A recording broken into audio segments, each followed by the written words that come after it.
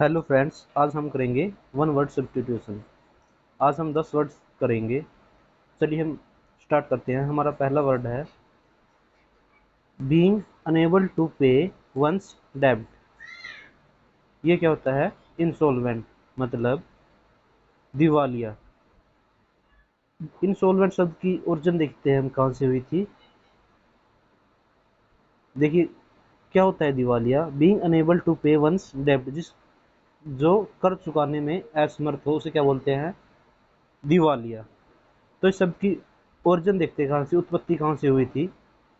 ये दो शब्दों से मिलकर बना है, इन और सोलवेंटम। इन का मतलब होता है नोट, और सोलवेंटम का मतलब होता है पेइंग, मतलब भुगतान करना। नोट पेइंग का मतलब क्या हो गया? भुगतान करना, न मतलब भुगतान नहीं करना।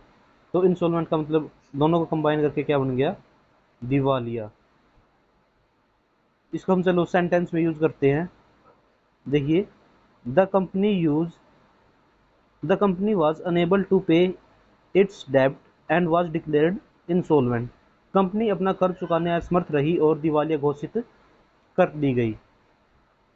देखिए दोस्तों, इसके सिनोनिम्स क्या है? इसका सिनोनिम्स है बैंकरप्ट। बैंकरप्ट क्या होता है? ऑफ ए पर्सन और organization declared in law as unable to pay their डेब्ट। किसी पर्सन को या किसी संस्था को दिवालिया घोषित करना जब वह अपने कर्ज चुकाने में असमर्थ होती है, उसे कहते हैं बैंकरप्ट। इंसॉल्वेंट के एंटोनिम्स है वेल्थी, यानी कि धनवान। चलिए हम इसके रिगार्डिंग एक क्वेश्चन करते हैं। सिनोनिम्स ऑफ इंसॉल्वेंट, हमारे पास चार ऑप्शन है: पुअर, बैंकरप्ट, ब्रोक और पेनीलेस। तो हम पीछे देख चुके कि इंसॉल्वेंट का जो सिनोनिम्स है वह क्या होता है? बैंकरप्ट। तो हमारा ऑप्शन बी ठीक हो गया। और ब्रोक का मतलब क्या होता है? टूटना। और पेनीलेस क्या होता है? गरीब या दरिद्र। और एंटीनिम्स एंटीनम्स ऑफ इंसॉल्वेंट क्या? उसके ऑप्शन है बैंकरप्ट, वेल्थी, इंट्यूजन, ट्रांसलेट। तो इंसॉल्वेंट का जो एंटीनम्स है वो क्या होता है? वेल्थी। बैंकरप्ट का आपको मीनिंग पहले ही बता चुके हैं। इंट्यूजन होता है अंतरात्मा में जो सवाल उत्पन्न होते हैं, फिर जो हमारा अंतरात्मा का ज्ञान होता है, अंतर का ज्ञान, तो उसको कहते हैं इंट्यूजन। जैसे हम कहते हैं कि मेरी आत्मा ने बोला, तो उसको हम बोलते हैं इंट्यूजन। और ट्रांसलेट होता है किसी चीज को ट्रांसलेट करना। तो नेक्स्ट वर्ड की तरफ चलते हैं। नेक्स्ट वर्ड है the study of the function of the body. Physiology यानी शरीर शास्त्र या शरीर का अध्ययन करना। फिजियोलॉजी देखिए शब्द की ओरिजिन कहाँ से हुई थी। ये दो शब्दों से मिलकर बना हुआ है, फिजियो प्लस लॉजी। फिजियो का अर्थ होता है फिजिकल, मतलब शारीरिक। और लॉजी का अर्थ होता है स्टडी ऑफ या अध्ययन करना, मतलब शरीर का अध्ययन करना क्या होता है? Physiology. The study of the function of the body क्या होता है? फिजियोलॉजी। इसका सेंटेंस में यूज करते हैं।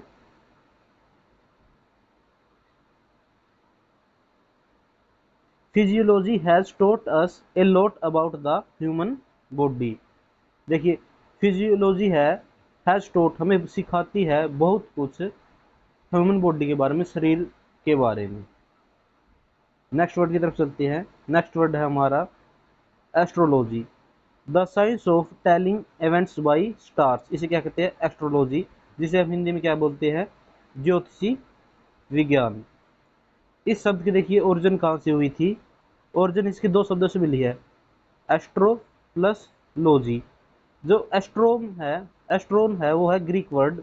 और इसको एस्ट्रोन का जो मतलब होता है ग्रीक में होता है तारे।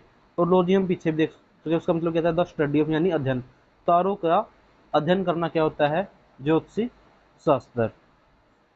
इसका सेंटेंस में यूज देखते हैं। The book is the best introduction to astrology that I have seen so far. यह जो बुक है यह बेस्ट इंट्रोडक्शन देती है इसका, एस्ट्रोलॉजी का, ज्योतिष विज्ञान का, जो मैंने अब तक देखी है। ठीक है, चलो नेक्स्ट वर्ड की तरफ चलते हैं। हमारा नेक्स्ट वर्ड है ब्यूरोक्रेसी। देखिए दोस्तों, ब्यूरोक्रेसी क्या होता है? Government by official in A state, मतलब कि जो ऑफिशियल होते हैं, नौकरी पेशा लोग होते हैं, उनकी सरकार या फिर उनकी जो एक ग्रुप होता है उसको कहते हैं ब्यूरोक्रेसी, नौकरशाही। ये देखिए, इसकी ओरिजिन कहाँ से हुई थी इस वर्ड की? इसकी ओरिजिन हुई थी ब्यूरो प्लस क्रेसी। जो ब्यूरो है, ये होता है एक फ्रेंच वर्ड है जिसका अर्थ होता है राइटिंग डेस्क या ऑफिस, और क्रेसी का मतलब होता है पावर। इन दोनों को मिलाकर बना है नौकरशाही। इसका सेंटेंस में यूज देखते हैं। There is a lot of bureaucracy involve in applying for a tax rebate. जो टैक्स रिबेट में बहुत सारे नौकरशाही लोग इन्वॉल्व थे। चलिए नेक्स्ट वर्ड देखते हैं। नेक्स्ट वर्ड है सेनेक्योर। सेनेक्योर क्या होता है? An office without any work but high पे। एक ऐसा कार्य है जिसमें काम तो बहुत कम करना होता है लेकिन सैलरी बहुत ज़्यादा होती है, इसे कहते हैं सिनेक्योर। वो हमारा क्या होता है? सिनेक्योर, जिसे हम सेवा शून्य वेतनिक बोलते हैं। देखिए इस वर्ड की ओरिजिन देखते हैं। इस वर्ड की ओरिजिन लैटिन वर्ड से हुई थी। एक तो है साइने और एक कहते हैं क्योर। साइने का मतलब विदाउट, और क्योर का मतलब होता है केयर, मतलब बिना केयर के। तो इसका यूज पहले चर्च में होता था कि वहां पर चर्च में जो टैक्स ले लेती थी लेकिन अपने लोगों का ध्यान नहीं रखते थे, इसलिए उसे वहां से सिनेक्योर बोला गया था। क्योंकि वो कर्ज तो ले लेते थे लेकिन अपने लोगों का ध्यान नहीं रख पाते थे, तो वहां पर काम बहुत कम करते थे लेकिन वेतन टैक्स के रूप में बहुत ज्यादा लेते थे। इसका यूज देखते हैं सेंटेंस में। Because he was the brother of CEO he now offered he was offered a sinecure in the company. He showed up each day and collect a paycheck, but other actually did his work. देखिए हम इस sentence में क्या बोला गया है। देख, because he was the brother of the CEO, वह सीईओ का भाई है। He was offered A sinecure in the company, वह कंपनी में सिनेक्योर लेता है, सेवा शून्य वेतनिक लेता है। He showed up each day, वह सिर्फ अपना चेहरा दिखाता है प्रत्येक दिन। एंड कोलेक्ट ए पैसा का बहुत बड़ा चेक ले लेता है। बट अदर, लेकिन दूसरे एक्चुअली डिड हिज वर्क, अपना उसका कार्य करते हैं।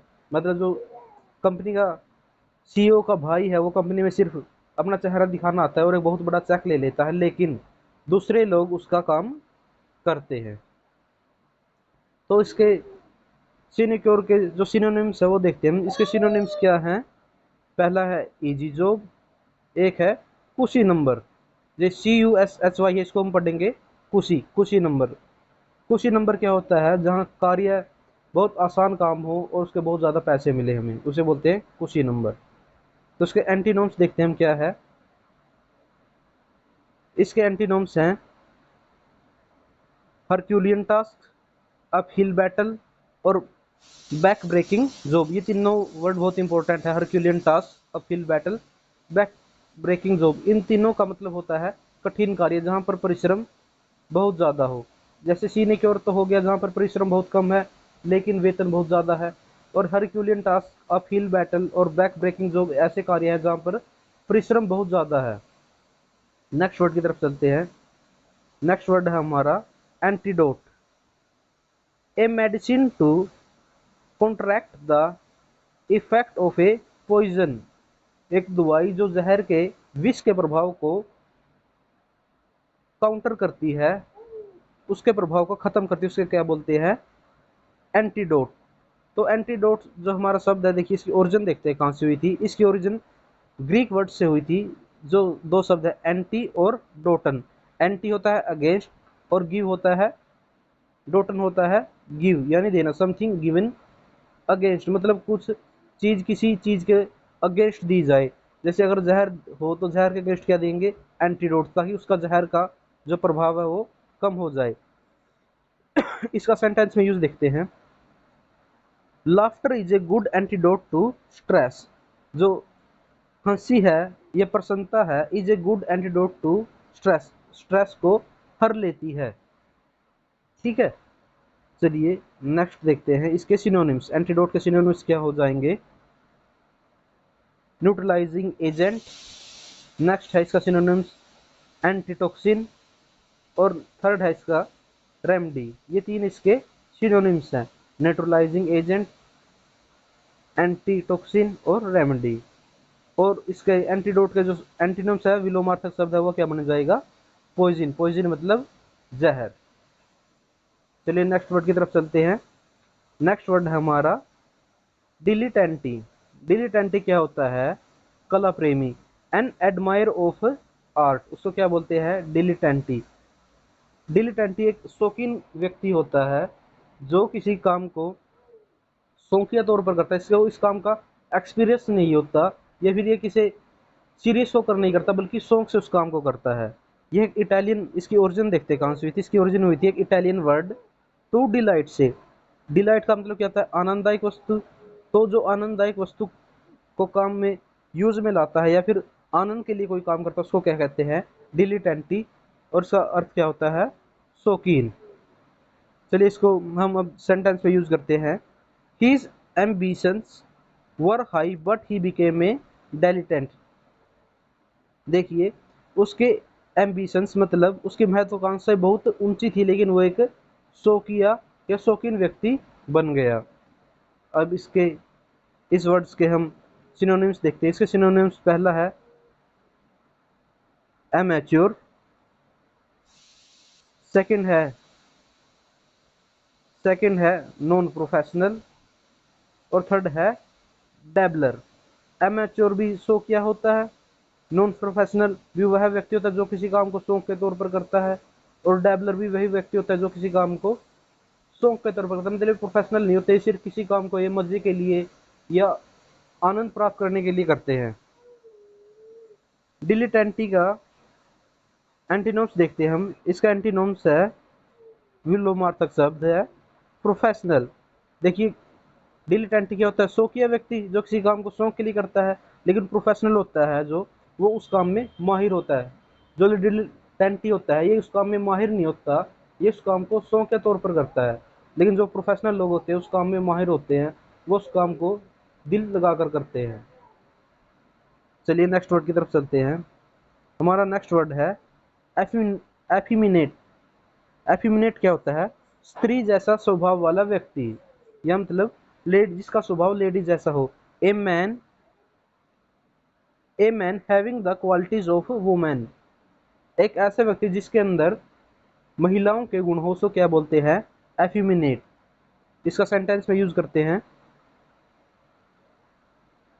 He is he is kind of confused about his sexuality and he is kind of effeminate. वह अपने लिंग के लिए, लिंग के प्रकार की वजह से कंफ्यूज्ड है या फिर विस्मय में है, क्योंकि वह स्त्रियों के जैसे है। देखिए इसका सिनोनिम्स क्या बनेगा, इसका सिनोनिम्स बनेगा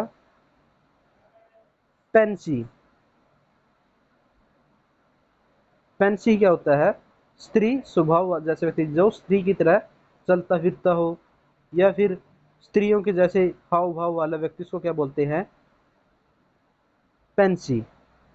नेक्स्ट वर्ड की तरफ चलते हैं। नाइन्थ, इमोबाइल,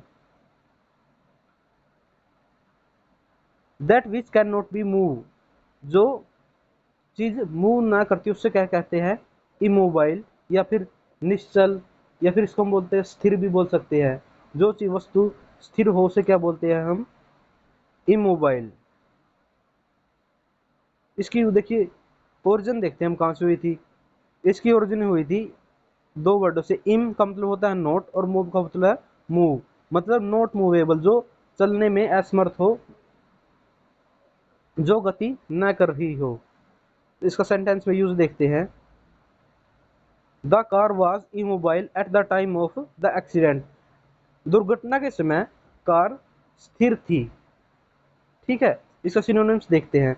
सिनोनिम्स क्या हो जाएंगे इसके, स्टेशनरी और स्टैटिक। स्टेशनरी का भी अर्थ होता है स्थिर, और स्टैटिक का अर्थ भी होता है स्थिर। तो इमोबाइल के सिनोनिम्स क्या हो जाएंगे, स्टेशनरी और स्टैटिक।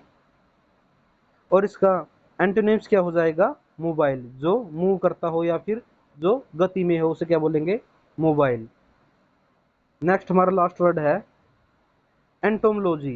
एंटोमोलॉजी क्या होता है, the study of insects. Insect क्या होते हैं, कीट, कीटों का अध्ययन करना, उसे क्या हो, वो क्या होता है, एंटोमोलॉजी, कीट शास्त्र। इसकी ओरिजिन का विषय एक ग्रीक वर्ड होता है एंटोमोन। एंटोमोन क्या होता है, कीट, और लॉजी होता है अध्ययन, मतलब कीटों का अध्ययन करता क्या होता है, एंटोमोलॉजी। इसका सेंटेंस में यूज करते हैं, he was an amateur physician, a student of botany and entomology and A considerable geologist. वह एक शौकिया तौर पर फिजिशियन है, स्टूडेंट ऑफ बॉटनी, बॉटनी का, बॉटनी मतलब पौध शास्त्र का छात्र है, एंड एंटोमोलॉजी कीट शास्त्र का छात्र है, एंड ए कंसिडरेबल जियोलॉजिस्ट, और एक जियोलॉजिस्ट भूगर्भिक भी है। तो आज के हमारे वर्ड्स यहीं कंप्लीट होते हैं। हम उम्मीद करते हैं कि आपके 10 के 10 वर्ड समझ में आए होंगे और इनके ओरिजिन कहाँ से हुई थी ये पता लग गया, इनको सेंटेंस में यूज करना वो कैसे होता है वो समझ में आ गया होगा, इनके एंटोनिम्स सिनोनिम्स आ गए होंगे समझ में। अगर आप इस वीडियो को दो तीन, एक या दो या तीन बार देख लेते हैं तो आपको ये वर्ड्स हमेशा के लिए याद हो जाएंगे। तो इस वीडियो को कम से कम दो दो तीन बार प्लीज़ देखें, और ऐसे ही वीडियो देखने के लिए हमारे चैनल को लाइक, सब्सक्राइब एंड कमेंट करें। Thank you.